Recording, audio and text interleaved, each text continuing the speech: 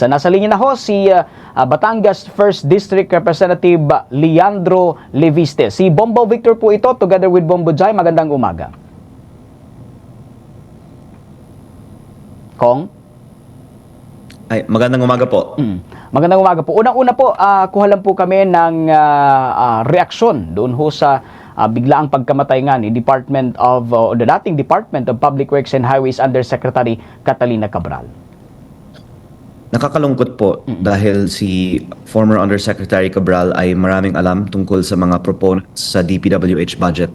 At kung ginawa siya sanang state witness, sa tingin ko ito po ay makakatulong talaga sa investigasyon. Pero I believe na naging discouraging yung so-called public shaming sa mga alleged accused sa mga flood control projects, kaya hindi siya naging willing na magbahagi pa ng impormasyon sa publiko. Pero ang kanyang files ay marami naman pong impormasyon na makakatulong pa sa investigasyon ngayon. Banggit niyo ho sa inyong social media post na parang lumalabas na hindi papayagan na makuha o mailabas ng family ni Cabral itong ang bangkay ng kanyang asawa hanggat hindi ibinibigay yung sinasabing cellphone na naibalik nga doon sa pamilya nitong si yumaong dating Yusek Cabral. At nababanggit ho ninyo nandoon sa device yung mga listahan nitong proponents ng DPWH insertion. Maaari niyo po bang bigyang linaw ito sa amin? Opo, ang kanyang pamilya ay I believe hindi bibigyan ng katawan ni former Yusek Cabral dahil nakuha naman nila ang kanyang cellphone. At hindi ko po alam bakit gusto na makuha ng mga authorities ang cellphone ni Yusek Cabral, bagamat wala pa naman pong kasong isinampa sa kanya. Siya po ay innocent until proven guilty, and yet ang mga authorities ay nagdesisyon na hindi pwedeng ilabas ang kanyang katawan.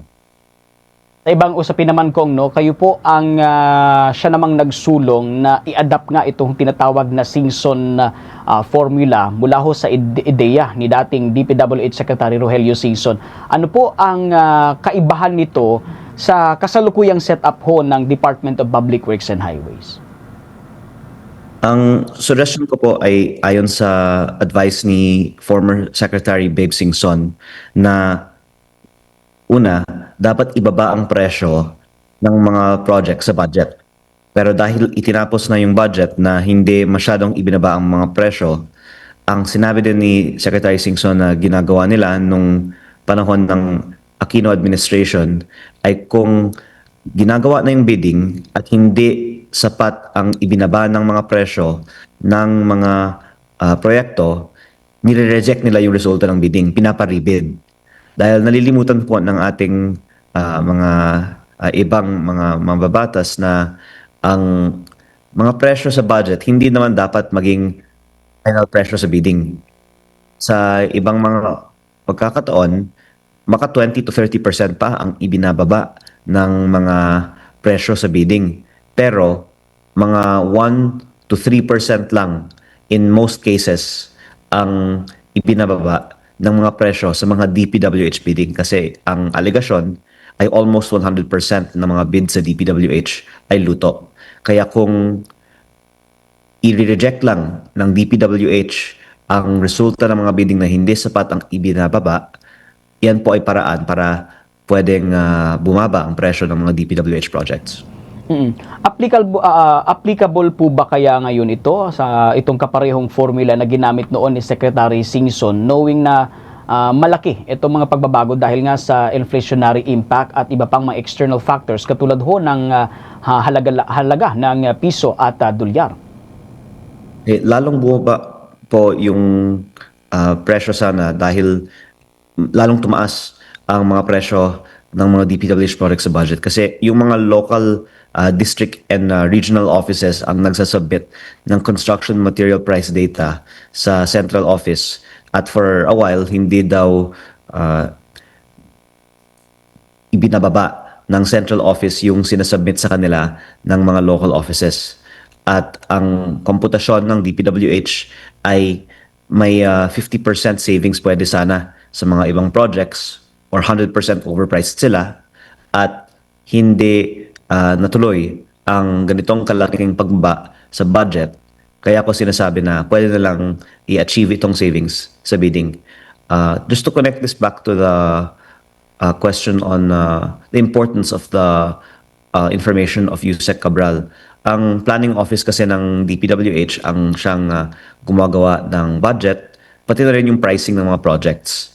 At sana kung naging state witness si Yusek Cabral, pwede niyang ibahagi ang iba't ibang mga gawain sa central office ng DPWH. Pero sana marami pa tayong mga malalaman kung maisa publiko ang mga files mula sa kanyang opisina. Kung may question din dito ang aking kapartner, si Bombo Jai. Okay, Representative, mayroon ba kayong mungkahi para sa Independent Commission for Infrastructure ngayong nag-exit na nga si Secretary Singson na ayon sa kanya ay effective noong December 16? Hindi po ba ito makakaapekto sa integrity ng panel, Representative? Sana mapakiusapan si Secretary Singson na tumagal pa sa ICI dahil napakataas po ang aking respeto sa kanya at alam ko na dahil sa kanya tunay na independent ang ICI pero hindi ko po alam sino ang pwedeng pumalit na kasing galing niya. At sa ibang issue naman po, Representative, na isa katuparan na po yung maraming pagbabago sa bicameral conference, kagaya ng live streaming. Kumbinsido po ba kayo na wala ng bahid ang 2026 budget? Ang live streaming ay magandang approach dahil maraming mga panukala na hindi natuloy. Kasama po dito yung mga projects na hindi naman malinaw na dinefine or yung mga last minute insertions. Pero at the end of the day, para ma-avoid ang reenacted budget, marami pa din mga tinatawagang pork barrel na pinagkasunduan dahil ang sinasabi ay talagang kailangan ng iba't ibang mga distrito ang mga programang ito. Pero alam ko po na marami sa ating mga kababayan ay tutol sa mga pork barrel type programs. Meron po akong isang natural na solusyon. Sa mga susunod na mga taon, mapabawasan ng pork barrel sa ating national budget dahil hindi na din pwedeng gumastos ang ating gobyerno ng ganitong kalaki dahil bumabagal din po ang growth ng ating ekonomiya.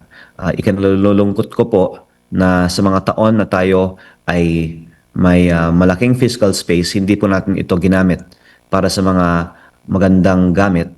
Pero sa mga susunod naman ng mga taon, kahit na i-reforma natin ang budget, I believe ang lalabas ay baka kailangan natin bawasan na ang national budget dahil sobrang laki na po ng utang ng Pilipinas. Thank you so much, Representative Bombo Victor. Anything to add? Bilang panghuli na lamang po, bilang mambabatas at observer host dito sa takbungan ng flood control scandal kong, ano dapat ang gawin para mapabilis ang proseso ng mga pagpapanagot sa mga opisyal, lalo na ngayong may ilan ang nakulong ay mayroon ding binawian na ng buhay, may kaugnayan pa rin ho dito sa malawakang korupsyon na ito. Sana madaliin natin na isa publiko ng iba't ibang mga witness ang kanilang kaalaman at bigyan natin sila ng proteksyon at maging komportable sila na hindi sila ipapahiya sa media dahil ang nakarating din po sa akin ay hindi po coincidence na sa parehong araw na pupunta sa Baguio si Yusek Cabral, ang presko ng DPWH na ang isang PowerPoint slide ay nakalagay managot ang dapat managot na nandun po ang kanyang pangalan. Pero hindi pa naman isinampa ang anumang kaso sa alinman hukuman sa kanya. Kaya nakakalungkot po na dahil sa media attention, nagkakaroon ng parang derailing ng fact-finding investigation. Sana mag-focus na lang tayo sa fact-finding investigation at hindi po sa mga media attacks or attention sa mga individual. With that, Kong, maraming salamat sa pagpapaunlak sa aming imbitasyon para ho sa panayam na ito. Magandang umaga. Maraming salamat po. Mga kabombat ka, Sir Nason, na nakaparim ho natin, walang iba, si Batangas 1st District Representative Leandro Leviste. For the most trusted source of news and information, visit our website at www.bomboradio.com. Follow us on Bombo Radio mobile app, Facebook, YouTube, TikTok, and X, formerly Twitter. Like, share, and stay connected. Anytime, anywhere.